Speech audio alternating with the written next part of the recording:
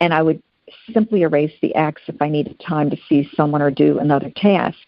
And it's like I didn't honor it because it didn't mean anything to me. And then later, when I actually wrote the word Cynthia into my planner, I had a much harder time erasing my own name, because then it felt like it had a more personal, component. But it's important just to find some time, especially during an overwhelming week, again, a half hour or more now and then, just to release yourself from your work stress, whether it's from people, phone, email, meetings, and so on. And, do what you would do if you had an important appointment in your office, but instead make it an important appointment with yourself.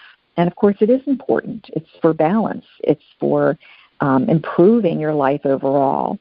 Now, depending on what part of the day that is, and especially if it's in your off-work hours, during that time, you can do anything you want to do. Like you could simply relax. You could take a long walk, as I mentioned. That's something I enjoy. Spend some time in nature, play with your animals, take a relaxing bath, do a hobby that you love, or just chill completely, do nothing. And I think sometimes people have the hardest time doing what they call doing nothing. You're really not doing nothing. You're actually doing something, which is you're relaxing. And that's important, again, for your physical, mental, emotional, and spiritual health. But just do what you want to do and nothing that you have to do, the way to look at it. And another tip along those lines, many times I've had, again, clients say that they take an occasional staycation instead of vacation. And you've probably heard this term before, but a staycation is just taking time off and not actually going anywhere, just staying at home, staying relaxed in your own space. And you can, in fact, do that. I kind of liken it to having my own personal snow day, because we're in Virginia, this is where I am, and it doesn't snow here very often at all, but when it does, it's a wonderful day off, even if we have a little bit of snow, because we don't have the proper equipment on the roads to allow the roads to be cleared properly. So, it's like having your own personal snow day when you take a staycation. And this, again, is important occasionally to do for your mental, physical, and energetic health. Now, you can also do what is called challenge your technical dependency. I mentioned earlier about being there for other people by cutting off your phone and not being distracted. But you could take a cell phone or an email vacation. I know I'm so connected to my cell phone that if I go to the store, no matter where I'm going, if I'm halfway there and realize I didn't bring my phone, I suddenly feel like I need to turn around and go back and get it. And then I'm thinking, this is a Saturday or a Sunday. I'm not committed to anyone at that moment that I have to go get my phone. But there's just an overall lifestyle, I think, that we've acquired for ourselves, that we must constantly be plugged into something for everyone to be able to reach us. But it is important to take a break. So when we said leave work at work, and that is something, again, that I advise as a self-employed person, and I am self-employed, I would be the first to say that, I check my messages numerous times every day after I leave my office, because I'm afraid that I'm going to miss something. A client's going to tell me that they're not coming the next day or something's going to happen. And many of my clients who are not self-employed say they still do the same thing. And in part, it's a habit, but, it's also related to the idea that we have to remain connected or we're going to miss something. So bringing balance into even this simple act is critical. So when I take a day off, I will allow myself several hours in which I do not check emails. And I found, the world doesn't end, but most of all, I have a chance to actually recharge. So this is only one way to take care of yourself, but it is certainly a way to do so. And the next tip is really just the overall idea, which is to take care of yourself in all areas of your life. That principle is to nurture yourself. Now, this, again, is one of the most important points for balance, because you absolutely have to take care of yourself. So what does that look like? Well, what about eating a healthy diet and including some physical activity in your daily routine? And these are pretty simple guidelines, but often we don't take good care of ourselves in this way. And, these points aren't built into our daily activity, as we mentioned earlier, but you can make them more of a priority. And I know for me, when I shop for my food for the week, I typically shop, of course, on Saturday or Sunday. And throughout the week, I may go back and pick up vegetables, that type of thing, so that they're fresh. But overall, I also know that I can create simple meals on a Sunday that I can take during the week that I know would be healthy. Because once the week starts, it's much harder for me to create a healthy meal. I'm exhausted at night when I get home from work. So it just feels like one more thing to do. And I think also it's easy if you're working at a desk to snack on unhealthy snacks too. So, just be sure if you snack that you can go for energizing fruits and vegetables and nuts versus what are called de-energizing options or sugar-laden options and so on. I'm a clinical hypnotherapist, and in hypnotherapy, when people want to change their overall diet or their eating habits, there's a way in which it's worded in hypnotherapy.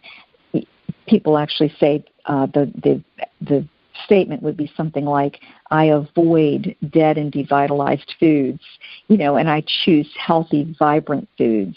And the way that we were taught in that program was that if you look at vegetables and you look at fruit, they look vibrant, they are colorful, and you look at most products that are prepackaged and so on, they don't have that same vitality. So just to kind of in your mind start to pay attention to foods that you can say, have vitality versus those that may not have vitality and so on.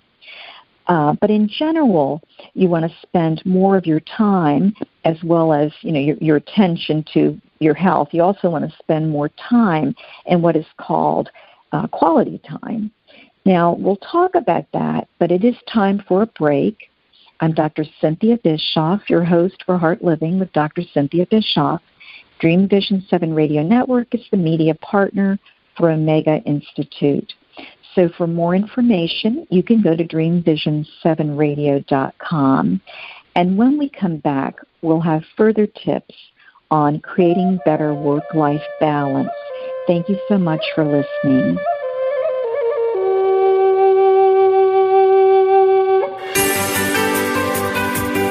Join us every Wednesday at 2 p.m. and 2 a.m. Eastern on the Dream Vision 7 Radio Network for Heartliving with Dr. Cynthia Bischoff, where you'll discover life wisdom and achieve greater spiritual awareness. Through Cynthia's coaching tips, healing stories, and inspirational interviews, you will improve your relationships, find greater balance, and achieve inner peace today.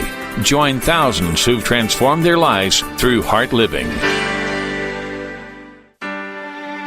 EDESIA is a U.S. nonprofit dedicated to the dream of ending childhood malnutrition for millions of children around the world. Through the manufacture of Plumpy Nut and other nutrient-rich, peanut-based, ready-to-use foods, EDESIA has already delivered life and hope to nearly 1 million children in over 26 developing countries. To find out how you can join EDESIA's dream of ending childhood malnutrition, please visit edesiaglobal.org. Are you ready to live a more meaningful and passionate life? Through the principles of Heartliving with Dr. Cynthia Bischoff, international life coach and energy medicine practitioner, you'll delve into new theories, discover life wisdom, and achieve greater balance. Become inspired. Connect with Dr. Cynthia Bischoff through her Dream Vision 7 radio show, Heartliving with Dr. Cynthia Bischoff. Visit Cynthia's website at heartliving.com and like her Facebook page at facebook.com/heartliving for inspiration and guidance. Cynthia has helped thousands transform their lives. Let her lead you on a remarkable journey of the heart. After narrowly surviving the attack on Sandy Hook Elementary, first grade teacher Caitlin Royd DeBellis was left searching for answers that would never come. Eventually, she chose to focus on questions that could be answered. How do I make sure this tragedy doesn't define us? How do we get our control back? Those two questions led her to found the 501c3 nonprofit organization Classes for Classes. When gifts poured into their classroom, she decided they would help someone else by paying it forward and being kind. This developed into a social network which allows K through 8 classrooms to connect so that every student in the United States can learn these crucial lessons. Classes for Classes' mission is to build students' social emotional intelligence by connecting them to care. All C4C projects are crowd-funded. Any teacher in the U.S. can visit classesforclasses.org. That's classes, the number 4, classes.org. Sign up today. Ever wonder what it's like to have your own radio show? Well, wonder no longer, because you can dip into the radio airwaves by being host for the day on syndicated Dream Vision 7 radio network. It's a fabulous way to get your radio feet wet. It's an opportunity to market your business, modality, or book. Have a guest, mention a sponsor, and take callers. Or you may want to facilitate a lesson by going solo. It's up to you. Listeners can be online, mobile, in cars with Bluetooth, or listen through Amazon's Echo by asking, Alexa, play Dream Vision 7 Radio Network. For more details, go to dreamvision7radio.com and click on Host for the Day.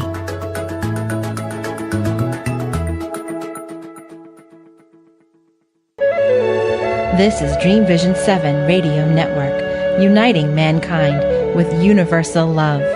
Our shows are created from the heart, bringing each listener to a place of divine enlightenment. Breathe, relax, and enjoy. Let life flow.